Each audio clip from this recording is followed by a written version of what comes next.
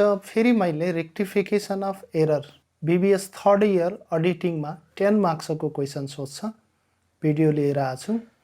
योभन्दा अगाडि दुईटा रेक्टिफिकेसन अफ एररको अपलोड गरिसकेको छु मैले। यो पार्ट 3 भिडियो हो। बीबीएस थर्ड इयरमा मात्रै हैन, यो 11 क्लासमा पनि रेक्टिफिकेसन अफ एरर भनेर पढ्नुपर्छ। तर यहाँ प्रफिटेबिलिटीमा के इम्प्याक्ट भयो भनेर पनि एनालिसिस गर्नुपर्ने हुनसक्छ। त्यसैले स्पेशली यो बीबीएस थर्ड इयर अडिटिङको क्वेसन हो र आज मैले क्वेसन 2074 को क्वेसन लिएर आएको छु।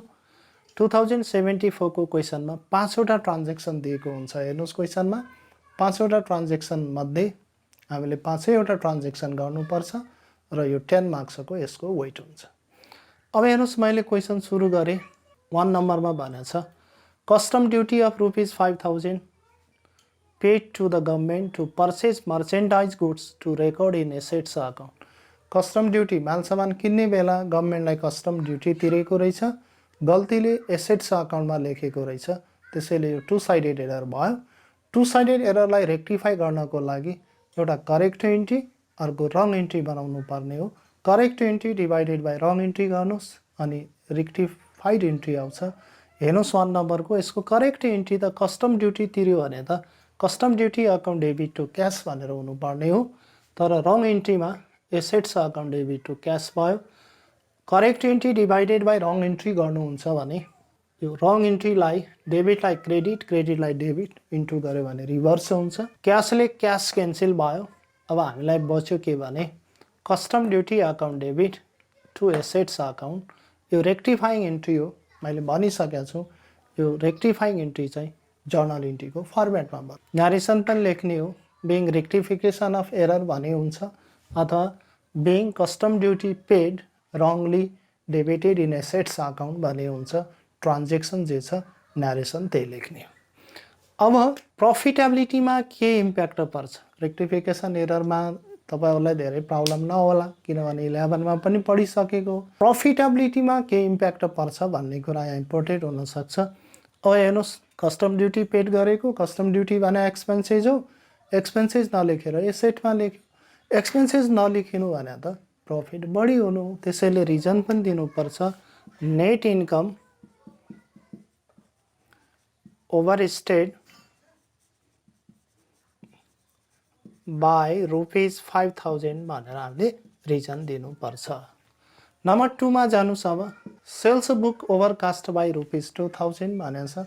सेल्स बुक 2000 ले बढी भयो। सेल्स अकाउन्टमा मात्रै इम्प्याक्ट पर्यो। यो वान साइडेड एरर हो। वान साइडेड एररलाई रेक्टिफाई गर्नको लागि फर्स्ट भिडियो हेर्नु होला। बिफोर प्रिपेयरिङ ट्रायल ब्यालेन्स र आफ्टर प्रिपेयरिङ ट्रायल ब्यालेन्सको कुरा छ।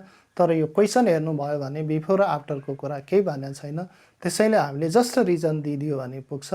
सेल्स बुक ओभरकास्ट भएछ 2000 ले। सेल्स बुक बढी लेखेको हो 2000 ले। सेल्स बुक 2000 ले बढी लेख्नु भनेको अब हामीले यसलाई रेक्टिफाई गर्नको लागि 2000 ले कम गर्नु पर्यो। अब सेल्स अकाउन्टको डेबिटमा लेखेर कम हुन्छ कि क्रेडिटमा लेखेर कम हुन्छ त्यो पनि हामीले बुझ्नु पर्यो। सेल्स अकाउन्टको ब्यालेन्स क्रेडिट हुन्छ। क्रेडिटमा लेख्ने हो भने सेल्स अकाउन्ट बढ्छ। यो त अलरेडी 2000 ले बढी भएको हो, ओभरकास्ट भएको हो। बढेको भने यसलाई हामीले के गर्नु पर्यो? 2000 ले घटाउनु पर्यो। 2000 ले घटाउनलाई सेल्स अकाउन्ट डेबिट गर्नु पर्यो। सेल्सको डेबिट लेख्यो भने सेल्स अकाउन्ट घट्छ। सेल्स अकाउन्ट डेबिट यसको रिजन मात्रै दिनुस्।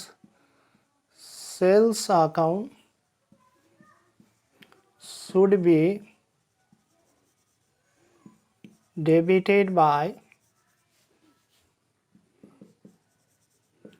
₹2000 भन्नुस् अथवा अकाउन्ट बनाएर सेल्स अकाउन्ट बनाएर डेबिटमा लेखेर टु रेक्टिफिकेसन अफ एरर भन्ने हुन्छ। बिफोर प्रिपेयरिङ ट्रायल ब्यालेन्स हो भने आफ्टर प्रिपेयरिङ ट्रायल ब्यालेन्स हो भने suspense after preparing trial balance हो भने सस्पेन्स अकाउन्ट ओपन गर्नु पर्छ। अब प्रफिटेबिलिटीमा के इम्प्याक्ट पर्यो त्यो पनि हेर्नुस्। सेल्स बुक बढी भएछ गल्तीले। सेल्स भने त इन्कम हो। इन्कम बढी भयो भने प्रफिट पनि बढी भयो होला। Net profit overcast by net profit अथवा इन्कम ओभरस्टेड बाई ₹2000 भन्नु पर्यो। हेर्नु क्वेसन नम्बर 2 पनि भयो। क्वेसन नम्बर 3 मा जाउँ। अब goods return to vendor ₹5,000 not recorded भनेर छ 3 नम्बर कन्डिसनमा। अब यहाँनिर हामीले के कुरा ध्यान दिनु पऱ्यो भने यो पनि टु साइडेड एरर हो। टु साइडेड एररको पनि नेचर हुन्छ। Goods return to vendor, vendor भनेर सप्लायर हाम्रो जसबाट हामीले गुड्स पर्चेज गरेको हो त्यसलाई भेन्डर भन्छ। भेन्डरलाई गुड्स रिटर्न गरेको रहेछ तर रेकर्ड नगरेको रहेछ। रेकर्ड गर्नु भनेको टोटली ओमिसन, छुट्यो भने यहाँ करेक्ट र रङ इन्ट्रीको कुरा हुँदैन। हेर्नुहोस्, रेकर्ड गर्नु नै छुट्यो भने, रेकर्ड गरिदियो भने, रेकर्ड राखिदियो भने हाम्रो डाइरेक्ट टेस्टमा रेक्टिफिकेसन इन्ट्री अथवा रेक्टिफाइङ इन्ट्री डाइरेक्ट बनाउनुहोस्। रेक्टिफाइङ इन्ट्रीमा गुड्स रिटर्न टु भेन्डर, भेन्डरलाई गुड्स रिटर्न गर्यो। जर्नल इन्ट्री थाहा छ तपाईँलाई, vendor account debit to purchase return account. अमाउन्टमा लेख्नुहोस् ₹5,000 फर्मेटमै बनाउने हो यो पनि। Being goods return to vendor not recorded, omission to record भनेर न्यारेसनमा भनिदिए हुन्छ। प्रफिटेबिलिटीमा के इम्प्याक्ट पर्यो भनेर हेर्नु पर्यो। भेन्डर भने सप्लायर हो, सप्लायरलाई गुड्स रिटर्न भनेको पर्चेज रिटर्न हो, यो पनि बुझ्नु पर्यो। अब हेर्नुहोस्, गुड्स रिटर्न गरेको रेकर्डै नगरेको रहेछ, पर्चेज रिटर्न रेकर्ड गरेन। पर्चेज रिटर्न भयो भने त पर्चेजबाट घट्थ्यो, पर्चेजबाट घट्नु भने त पर्चेज कम भयो भने त प्रफिट बढी हुन्थ्यो। तर यहाँ के भयो भने खर्च जुन पर्चेज रिटर्न भएको पर्चेज कम हुनु पर्थ्यो त्यो पर्चेज कम भएन। पर्चेज कम नभएको कारणले एक्सपेन्सेस बढी भयो। एक्सपेन्सेस बढी हुनु भनेको नेट प्रफिट चाहिँ कम हुनु हो। नेट प्रफिट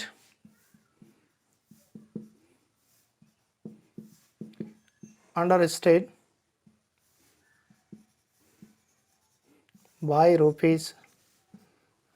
₹5,000 भनेर प्रफिटेबिलिटीमा के इम्प्याक्ट पर्यो भनेर लेख्नु पर्यो। अब जाउँ हामी नम्बर 4मा। अब जाउँ हामी नम्बर 4मा। Salary paid to Hari ₹20,000 was wrongly to be debited in his account. Salary paid गरेको स्यालेरी एक्सपेन्सेस हो, wrongly debited to Hari account, हरिको अकाउन्टमा डेबिट गरेर रहेछ, टु साइडेड एरर भयो। यसको करेक्ट इन्ट्री हुनुपर्ने भनेको salary account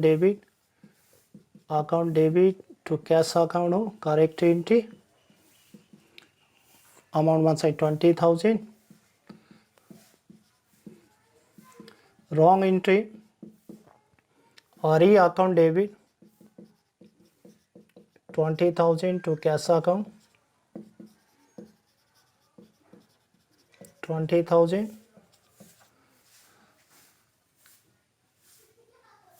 salary account debit correct इन्ट्रीलाई जस्ताको तस्तै लेख्नुहोस्, टु क्यास अकाउन्ट 20,000 डिभाइडको इन्टु गर्नुहोस्, रिभर्स गर्नुहोस्, cash account debit 20,000 to Hari account 20,000। Cash र क्यास क्यान्सल हुन्छ। अब रेक्टिफाइङ इन्ट्री भनेको salary account debit 20,000 to Hari account 20,000। यो भनेको रेक्टिफाइङ इन्ट्री हो। यसलाई फेरि फर्मेटमा बनाउनुहोस्, माथिकोलाई रफमा गर्ने। अब प्रफिटेबिलिटीमा के इम्प्याक्ट पर्यो भने स्यालेरी अकाउन्ट डेबिट हुनुपर्ने, खर्च लेखिनुपर्ने, खर्च लेखेन, उल्टा हरि अकाउन्ट डेबिट भयो। खर्च नलेखिनु भने प्रफिट बढी हुनु हो। नेट प्रफिट ओभरस्टेट बाई ₹20,000 भनेर हुनु पर्यो। अब लास्ट नम्बर 5मा जाउँ। Goods withdrawn by proprietor ₹10,000 for his personal use was debited to trade expenses. Goods withdrawn गरेको रहेछ, प्रोप्राइटर भने बिजनेसको ओनर हो, पर्सनल युजको लागि, तर ट्रेड एक्सपेन्सेस अकाउन्टमा लेख्यो। यो पनि टु साइडेड एरर भयो। ड्रइङ अकाउन्टमा लेखिनु पर्थ्यो, ड्रइङ अकाउन्ट डेबिट भएन, ट्रेड एक्सपेन्सेसमा लेखिनु पर्दैन थियो, ट्रेड एक्सपेन्सेस लेख्यो। त्यसैले यसको नि करेक्ट इन्ट्री भनेको ड्रइङ अकाउन्ट डेबिट र 5 number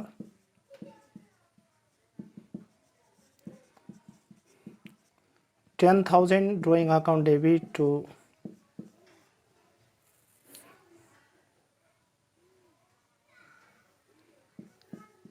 purchase account goods withdrawn गरेको हो 10,000.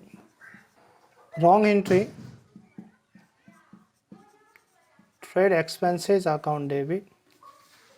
Wrong entry trade expenses account debit 10,000 to purchase account.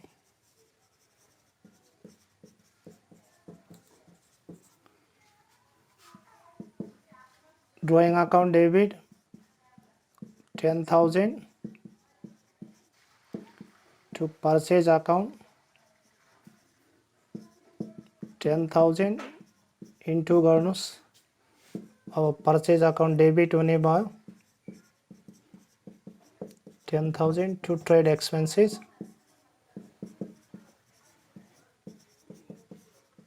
10,000 purchase cancel हुन्छ.